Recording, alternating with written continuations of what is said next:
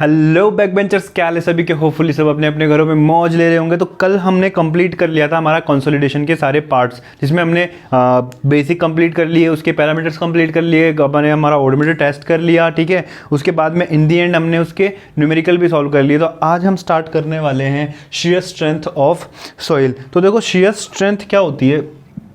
Suppose हमारे पास ये कोई हमारा ग्राउंड लेवल है, ठीक है, कोई भी हमारा सॉइल है तो इसके अंदर ये ग्राउंड लेवल है। तो इस पर जब हम कोई भी लोड लगाते हैं, कह लो इसको नॉर्मल स्ट्रेस लगाते हैं, तो इसके अंदर एक शेयर स्ट्रेस जनरेट होगा। क्या जनरेट होगा? शेयर स्ट्रेस, ठीक है। तो ये शेयर स्ट्रेस जनरेट होगा। तो अब देखो शेयर स्ट्रेस जनरेट होगा तो जैसे ही हम नॉर्मल स्ट्रेस लगाएंगे तो शेयर स्ट्रेस जनरेट होगा, और जिस टाइम पर हमारा जो ये शेयर स्ट्रेस है, शेयर स्ट्रेस इंक्रीज हो जाएगा हमारी शेयर स्ट्रेंथ से, मतलब शेयर स्ट्रेस जो है हमारा शेयर स्ट्रेंथ से ज़्यादा हो जाएगा। उस कंडीशन में हमारी सॉइल फेल हो जाएगी।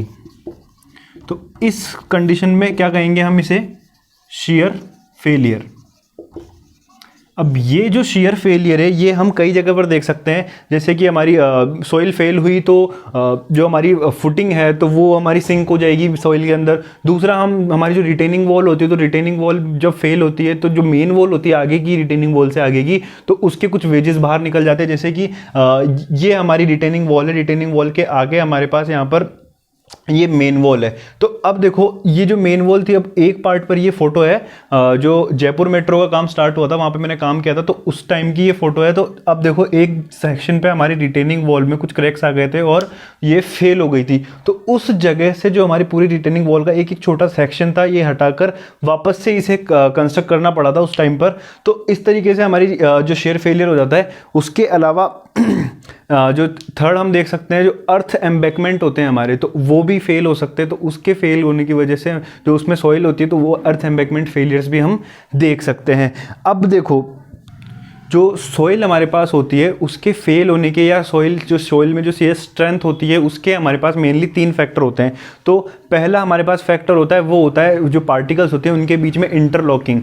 दूसरा होता है फ्रिक्शनल रेजिस्टेंस, और तीसरा हमारे पास होता है जो पार्टिकल्स जो हमारे पास होते हैं उनके अंदर इंटरमॉलिक्यूलर जो अट्रैक्शन होता है पार्टिकल्स के बीच में, तो उसे हम कहते हैं कोहेजन या एडेशन। तो ये तीनों हम इसके बारे में अच्छे से समझते हैं। तो देखो, तो सबसे पहले हम देखते हैं इंटरलॉकिंग ऑफ पार्टिकल्स। देखो अगर इंटरलॉकिंग हो रही है पार्टिकल्स के बीच में, तो इसका मतलब ये है कि पार्टिकल जो हमारे होंगे वो हमारे राउंड शेप में, सर्कुलर शेप में नहीं होंगे, क्योंकि अगर ऐसी शेप होगी तो हमारे पास पार्टिकल्स के बीच में कभी भी इंटरलॉकिंग बनेगी नहीं। मतलब जो हमारे पास सॉइल के शेप होती है, सर्कुलर शेप के पार्टिकल्स अगर होंगे तो हमारे पास वहाँ पर इंटरलॉकिंग उसकी नहीं होगी। अब सपोज करो हमारे पास पार्टिकल ही कुछ इस तरीके के है, ठीक है, ये हमारे पास सॉइल के पार्टिकल्स कुछ इस तरीके के हैं वहाँ पर, तो इनके बीच में इंटरलॉकिंग होना पॉसिबल है। तो इनके बीच में इस तरीके से इंटरलॉकिंग हो जाएगी और वहाँ पे हमारी शेयर स्ट्रेंथ जनरेट होगी, और शेयर स्ट्रेस के अगेंस्ट वहाँ पर वो रेजिस्टेंस हमारा जनरेट कर सकते हैं। दूसरी हमारे पास आती है फ्रिक्शनल रेजिस्टेंस। तो फ्रिक्शनल रेजिस्टेंस क्या होता है?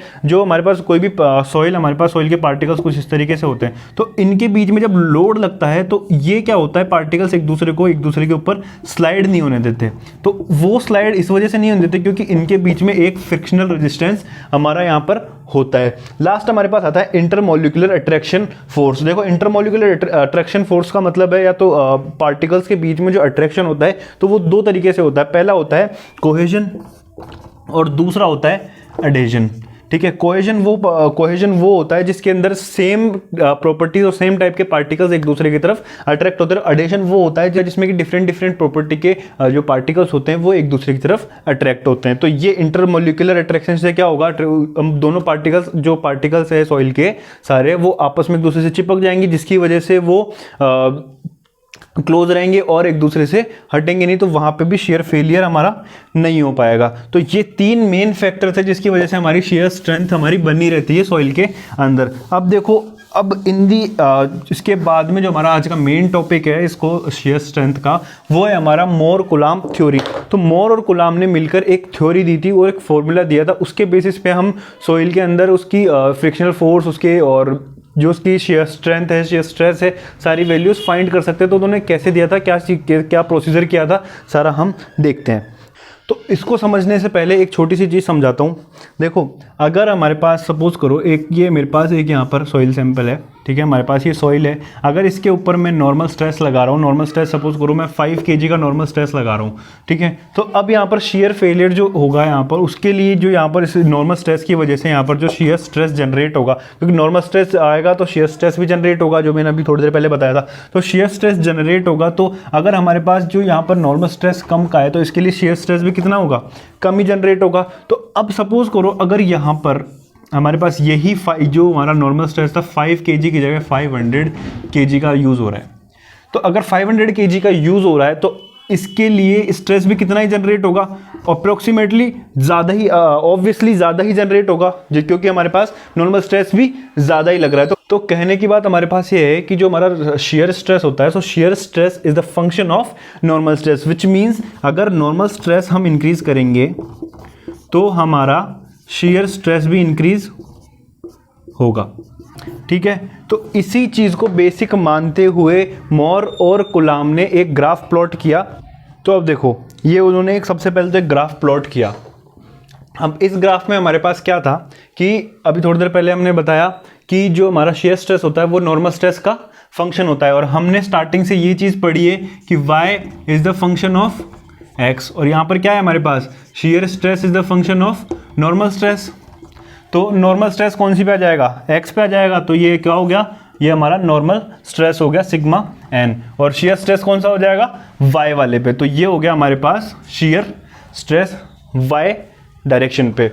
तो अब शेयर स्ट्रेस और जो हमारा नॉर्मल स्ट्रेस है उसको डिवाइड करने के बाद एक एक्सपेरिमेंट के लिए उन्होंने क्ले सॉइल ली, जो कि हमारे पास एक कोहेसिव सॉइल है। अब कोहेसिव सॉइल है तो उनके बीच में, पार्टिकल्स के बीच में इंटरमोलिकुलर अट्रैक्शन तो रहेगा। तो अब देखो, अब सपोज करो उन्होंने एक सिग्मा एन का यहाँ पर एक लगा लिया, हमारे पास यहाँ पर एक नॉर्मल स्ट्रेस। अब नॉर्मल स्ट्रेस लगाया तो देखो, अब जो हमारी कोहेसिव सॉइल है उसके अंदर एक पॉइंट तक तो हमारे पास यहाँ पर जो कोहेजन फोर्स है, कोहेसिव फोर्स है, वो तो रहेगा। तो अब इसको, इतने को तो हम यहाँ पर नाम दे देते हैं कोहेसिव फोर्स, इसको दे दिया हमने C। तो अब जब शेयर स्ट्रेस और नॉर्मल स्ट्रेस एक दूसरे, जब ये इंक्रीज होगा तो ये भी इंक्रीज होगा, हमारे पास थ्योरी के अकॉर्डिंग तो ये है। तो इसका मतलब ये है इन दोनों के बीच में जो ग्राफ प्लॉट होगा वो लीनियर ग्राफ प्लॉट होगा। तो अगर लीनियर ग्राफ प्लॉट होगा तो देखो, अब इसको लीनियरली हम इसे आगे इंक्रीज कर देते हैं। तो अब जब इसे आगे इंक्रीज कर दे, इसे मैं डॉट डॉट करके आगे बढ़ा देता हूँ।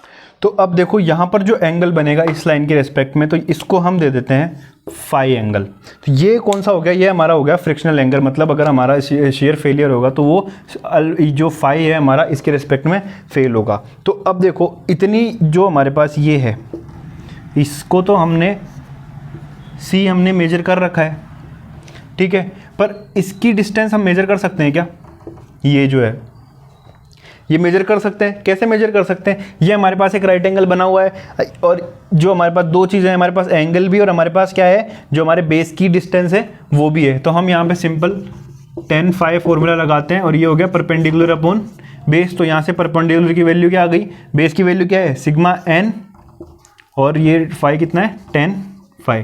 तो हमारे पास इससे यहाँ इसकी वैल्यू आ जाएगी, तो ये कितनी वैल्यू आ गई हमारे पास, सिग्मा n tan phi। तो अब देखो ये स्ट्रेस की वैल्यू आ रही है यहाँ पर इतनी, ये यहाँ तक हमने स्ट्रेस की वैल्यू निकाल दी।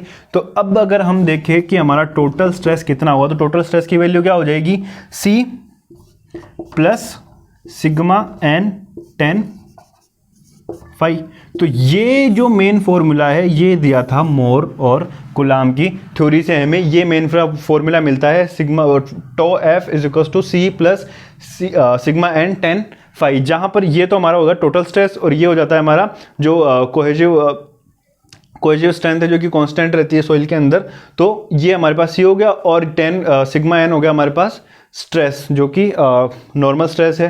पर अब देखो लेटर ऑन, मतलब बाद में हमें पता चलता है कि जो सॉइल हमारी है वो नॉर्मल स्ट्रेस पे नहीं, जो इफेक्टिव स्ट्रेस है हमारा, जो कि हमने इफेक्टिव स्ट्रेस में पढ़ा था कि जो इफेक्टिव स्ट्रेस है तो उसके ऊपर फेल होती है। जो भी प्रेशर लगता है उसके अंदर वो किसकी वजह से लगता है, इफेक्टिव स्ट्रेस की वजह से लगता है। तो अब जब इफेक्टिव स्ट्रेस की वजह से लगता है तो यहाँ पर नॉर्मल स्ट्रेस को हमें चेंज करना पड़ेगा। तो अब जब चेंज करेंगे हम यहाँ पर इफेक्टिव स्ट्रेस को नॉर्मल स्ट्रेस से, तो हमारे पास नई जो वो आ जाएगी। तो अब इसके लिए पूरा प्रिंसिपल यहाँ पर चेंज हो जाता है। इसको हम कहेंगे मॉडिफाइड मोर कूलाम्ब थ्योरी, या फिर हम कह सकते हैं उसे इफेक्टिव स्ट्रेस थ्योरी। तो अब देखो, तो अब मॉडिफाइड मोर कूलाम्ब थ्योरी में हमें ये तो पता चल गया कि शियर स्ट्रेस जो है वो नॉर्मल स्ट्रेस का नहीं, इफेक्टिव स्ट्रेस का फंक्शन है। ठीक है, तो मतलब हमें जो हमारा फॉर्मूला था टो एफ का, उसे चेंज करना पड़ेगा। हमारे पास पहले फॉर्मूला क्या था, C plus sigma N tan phi. अब इसे चेंज करके हमें चेंज करना पड़ेगा tau F is equal to C dash plus, यहाँ पर हमें इफेक्टिव स्ट्रेस लगाना पड़ेगा 10 फाई। तो अब मॉडिफाइड कूलाम्ब थ्योरी से हमें ये इक्वेशन मिलती है। तो अब देखो हमारे पास एक छोटा सा केस और बनता है कि जो हमारा मोर सर्कल था उसके अंदर हमारे पास जो वैल्यू थी, तो उसके अंदर जैसे सपोज करो हमारे पास ये कोई सॉइल है, इसके ऊपर हमारे पास नॉर्मल स्ट्रेस लग रहा है सिग्मा 1, नीचे से भी यहाँ पे लग रहा है सिग्मा 1, नॉर्मली यहाँ से कितना लगेगा सिग्मा 3, और यहाँ पे हमने एज्यूम कर लिया सिग्मा 3। अब इसमें जो शियर फेलियर हो रहा है वो यहाँ पर हो रहा है अल्फा एंगल पे, और इस पर ये नॉर्मल स्ट्रेस लग रहा है सिग्मा। ठीक है, ये हमने एक अजम्पशन मान लिया कि हमारे पास एक सॉइल है, इस पर हमारे पास इस तरीके से नॉर्मल स्ट्रेस लग रहा है, और अगर ये फेल होता है तो ये अल्फा एंगल पे फेल होगा। ठीक है, तो अब हमारे पास फॉर्मूला क्या था, tau F is equal to C dash plus sigma bar 10 phi. तो अब जब मोर सर्कल के अकॉर्डिंग हमारे पास फॉर्मूला क्या था नॉर्मल स्ट्रेस का, tau is equal to sigma 1 plus sigma 3/2 plus sigma 1 minus sigma 3/2 cos 2 alpha. Normal stress का हमारे पास फॉर्मूला ये था। ठीक है, तो सॉरी नॉर्मल स्ट्रेस आएगा यहाँ पे। अब देखो शियर स्ट्रेस के लिए क्या फॉर्मूला था, sigma 1 minus sigma 3/2 sine 2 alpha. तो ये था हमारे पास शियर स्ट्रेस का फॉर्मूला। अब देखो अगर हमारे पास शियर स्ट्रेस ये जो है और ये भी हमारे पास शियर स्ट्रेस है, पर ये टोटल ये जो मोर कूलाम्ब थ्योरी का शियर स्ट्रेस है, और ये मोर का जो हमारे पास सर्कल था हमारा मोर सर्कल के ऊपर, उससे निकला हुआ हमारे पास। तो अब देखो, अब अगर हमारा जो यहाँ पर टोटल स्ट्रेस जो हमने टोटल शियर स्ट्रेस निकाला था वो अगर इससे कम आता है, मतलब कि tau F is smaller than tau, तो ये समझ लेना हमारी सॉइल क्या हो जाएगी, फेल हो जाएगी। फेल कैसे होगी, ये जो अल्फा हमारा एंगल है इसके रेस्पेक्ट में ये फेल हो जाएगी। तो और साथ में अगर टो एफ की वैल्यू अगर ज़्यादा आती है किससे, टो से, टोटल स्ट्रेस की जो शियर स्ट्रेस की वैल्यू है टोटल शियर स्ट्रेस की वैल्यू से ज़्यादा से कम आती है जो, तो हमारी सॉइल सेफ़ रहेगी। मतलब हम इस कंडीशन को नाम दे सकते हैं कि हमारी सॉइल सेफ़ है। तो हमने सारी बातें कर ली है मोर कूलाम्ब थ्योरी से रिलेटेड। बस हमारे पास एक लास्ट टॉपिक बचा हुआ है, limitation of more coulomb theory. तो पहला केस आता है हमारे पास सैंडी सॉइल का। अब देखो सैंड है हमारे पास, तो सैंड के अंदर सी की वैल्यू कितनी रहेगी, 0। सी है हमारे पास कोहेजन सैंड में हमारे पास कोहेजिव फोर्स होता ही नहीं है कभी। तो अब देखो अगर हमारे पास जो फॉर्मूला था टो का, तो टो इज इक्वल टू क्या, टो एफ क्या था हमारे पास, सी प्लस 10 फाई। तो अब अगर यहाँ पर सी की वैल्यू 0 है तो हमारे पास फॉर्मूला क्या निकल के आ जाएगा, tau F is equal to sigma bar, sorry यहाँ पर सिग्मा बार आएगा, सिग्मा बार 10 फाई, तो सिग्मा बार 10 फाई। तो अब ये जो हमारे पास यहाँ पर शियर स्ट्रेस की वैल्यू निकल के आ रही है, ये आ रही है हमारे पास ग्राउंड लेवल पर जो हमारा नॉर्मल स्ट्रेस लगेगा उसके साथ में हमारे पास शियर स्ट्रेस की वैल्यू कितनी आएगी। तो अब देखो यहाँ पर जो इफेक्टिव स्ट्रेस है, हमने कभी भी इफेक्टिव स्ट्रेस की वैल्यू जो ग्राउंड लेवल थी हमारे पास उसके ऊपर वैल्यू फाइंड करी है, कभी नहीं करी। क्यों, क्योंकि वहाँ पर इफेक्टिव स्ट्रेस की वैल्यू कितनी आती है, 0, क्योंकि जो हमारे पास यूनिट वेट है और हाइट है वो हमारे पास कितनी आती है, 0। तो इस वजह से हमारे पास इफेक्टिव स्ट्रेस भी कितना, 0 आ जाएगा। तो इसके अकॉर्डिंग यहाँ पर इसकी वैल्यू कितनी आनी चाहिए, जो हमारे पास शियर स्ट्रेस है उसकी वैल्यू 0। तो अगर इन केस अगर ये हमारे पास 0 आ जाती है तो मतलब शियर स्ट्रेस, देखो शियर स्ट्रेस की वैल्यू 0 किसकी होती है, शियर स्ट्रेस की वैल्यू 0 होती है हमारे पास वाटर की, और जिसकी वजह से ही वो फ्लो कर पाता है। मतलब अगर वाटर की, अगर हमारी सॉइल की जो शियर स्ट्रेंथ जो है, अगर वो शियर स्ट्रेंथ की वैल्यू वाटर के बराबर हो जाएगी शियर स्ट्रेंथ की वैल्यू, तो हमारी सॉइल भी फ्लो करने लगेगी, और सॉइल फ्लो करने लगेगी तो इसका मतलब ये है अर्थ भी फ्लो करने लगेगी। मतलब ये टोटली ये एक अनप्रिडिक्टेबल सी बात है कि हम इसे इमेजिन ही नहीं कर सकते इस सिचुएशन को कि ऐसा कुछ भी हो सकता है। तो इसकी वजह से ये हमारे पास यहाँ पर इस थ्योरी की यहाँ पर लिमिट लग गई कि टॉ एफ जो हमारे पास शेयर स्ट्रेंथ है उसकी वैल्यू कभी भी जीरो नहीं हो सकती। तो एक केस तो हमारा ये हो गया। अब दूसरा केस होता है हमारे पास क्ले के साथ में। तो अब अगर हमारे पास क्ले है तो क्ले के अंदर हमारे पास जो फाई है फ्रिक्शनल कोफिशिएंट उसकी वैल्यू कितनी हो जाएगी, जीरो। तो अगर क्ले के अंदर फ्रिक्शनल कोफिशिएंट की वैल्यू जीरो हो जाएगी, क्यों? क्योंकि क्ले के अंदर कभी भी फ्रिक्शन नहीं होता है, मतलब जो पार्टिकल्स है ऑलरेडी कोहेसिव होते हैं तो एक दूसरे से हमेशा चिपक के रखते हैं, तो फ्रिक्शन की वैल्यू वहाँ पर आती ही नहीं है। तो फाई की वैल्यू यहाँ पर हमारे पास कितनी हो गई, जीरो। तो अब देखो फॉर्मूला वापस से पुट करते हैं, tau F is equals to C plus जो सिग्मा बार टेन जीरो। तो टेन जीरो की वैल्यू क्या होती है, जीरो। तो ये पूरी टर्म कितनी हो गई, जीरो। तो बचा क्या, टो F is equals to C. मतलब कि इफेक्टिव स्ट्रेस की जो वैल्यू है वो हमें शियर स्ट्रेस की जो वैल्यू है वो हमारे कोहेसिव फोर्स के बराबर है। जो कोहेजन लग रहा है हमारा सॉइल के अंदर, क्ले के अंदर, वो इक्वल है। यहाँ पर ये केस बन गया। चलो ठीक है। अब मुझे एक बात बताओ कि अगर हमारा ये कोई सॉइल स्ट्रेटा है पूरा, इसके ऊपर सैंड है, फिर इसके बाद फाइन सैंड आ जाती है, क्ले आ जाती है, कुछ भी आ जाती है। अब अगर यहाँ से हम इसे खोदेंगे तो यहाँ पर मुझे एक बताओ, शेयर स्ट्रेंथ जो जितना नीचे जाते जाएंगे शेयर स्ट्रेंथ कितनी बढ़ती जाएगी। ऑब्वियस सी बात है, जितना नीचे जाएंगे हमारे पास शेयर स्ट्रेंथ, सॉइल उतनी कॉम्पैक्ट होती जाएगी, सॉइल की शेयर स्ट्रेंथ बढ़ती जाएगी। पर जो हमारी कोहेजन की जो वैल्यू है वो हर जगह चेंज होगी। अगर यहाँ पर सैंड है तो कोहेजन की वैल्यू कितनी हो जाएगी, जीरो। यहाँ पर कुछ और होगी, यहाँ पर वन हो सकती है, कितनी भी हो सकती है। तो इसका मतलब है ये थ्योरी फिर से यहाँ पर फेल हो जाती है कि जो हमारे पास शेयर स्ट्रेस है उसकी वैल्यू कोहेजन के बराबर है।